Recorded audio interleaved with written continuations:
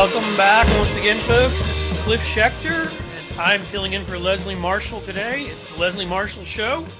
We're at 20 minutes after the hour, and we're having a great conversation with Lowell Feld, the founder proprietor of Blue Virginia, incredibly important blog in the state of Virginia, which happens to have important elections coming up this year. All of you listening who live in Virginia, know anybody in Virginia, make sure to tell people. So, Lowell, are you still with me? Yeah, I think so.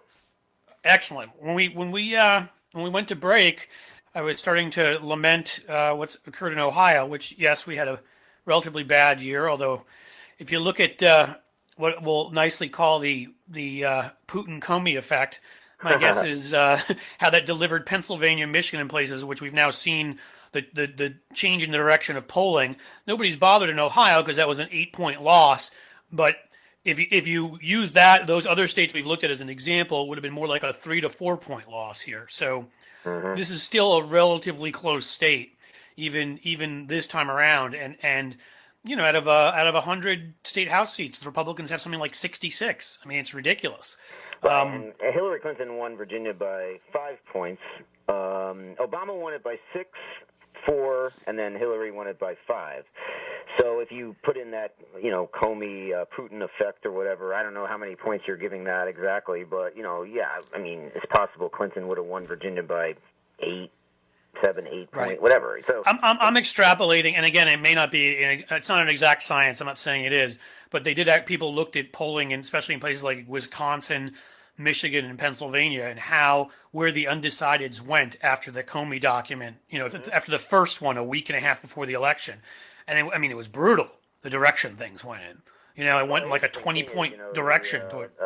Clinton campaign didn't really even run TV ads. They had people on the ground in Virginia, but they really weren't spending a lot of money on TV ads in Virginia. They did go back up right at the end, but for the most part, they just assumed Virginia they were going to win, which is amazing when you think about it. I mean, first time the Democrats won Virginia was in 2008, in a long, many, many, many, many years since the old Democratic Party and the way things used to be, and now it's just assumed that Democrats are going to win Virginia. So, but yeah. Well, but that tells an important story, right?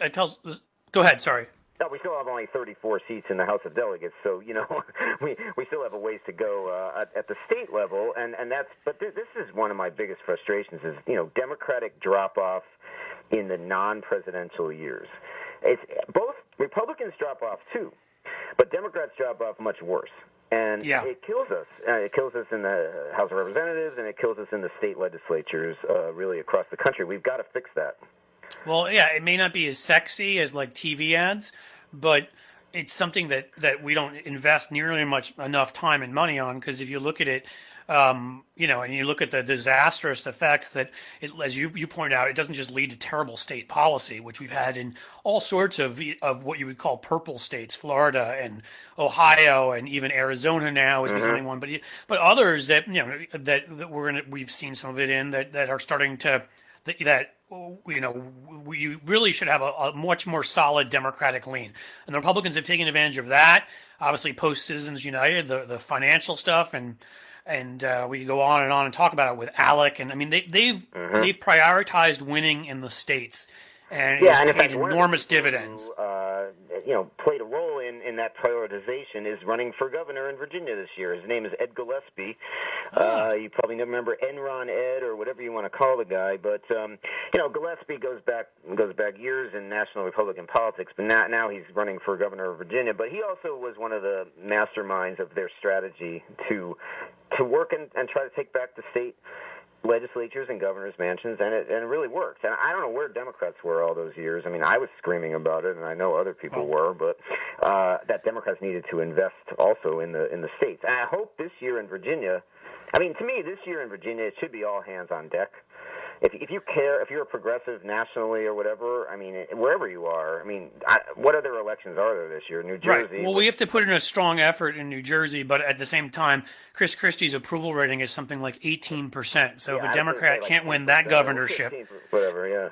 So and we have both the we have the legislature there. We should be able to increase those margins hopefully. So I'm not saying people don't make a huge effort in New Jersey, especially those living in New York, New Jersey, Pennsylvania. But yeah, of those two, Virginia is the bigger deal. I mean, there's some mayor's races around the country too. I'm not going to say those aren't important. I mean, you've got very progressive mayors in New York and LA, which is kind of important in some other cities. Yeah.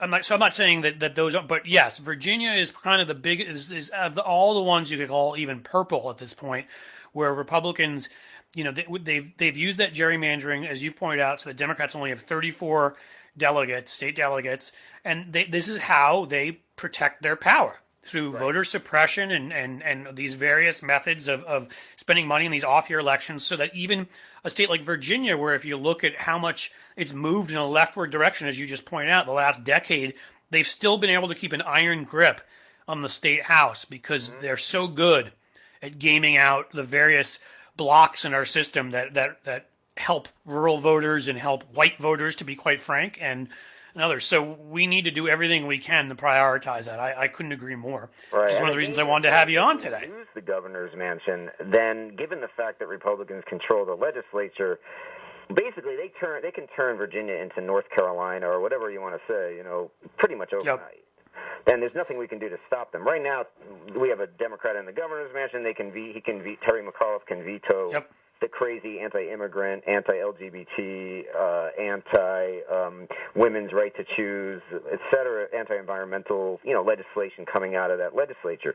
Well, you put Ed Gillespie in there, and does he veto it? Well, probably not. So then we have he's like he probably is the picture, et cetera, legislation coming out of there, and getting signed into law. So he's like the picture next to lobbyist in the dictionary. So I mean, you don't even need to lobby him. He'll probably lobby himself if he's governor. I mean. Yeah. I mean, the other one is, Attorney General is extremely important. I mean, Mark Herring, our Attorney General, has been a leader on a number of areas, from marriage equality to DACA students, to kids, dreamers, to anti-gun violence, over this Muslim ban. Yep. He's been one of the leaders on that, and so the Attorney General is very important in all the states, really. I mean, So listen, don't think people pay enough attention to Attorneys General.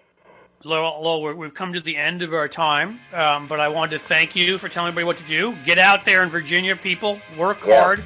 Let's win. Thanks for being on, Lowell. I appreciate it. All right, sure thing. Thanks.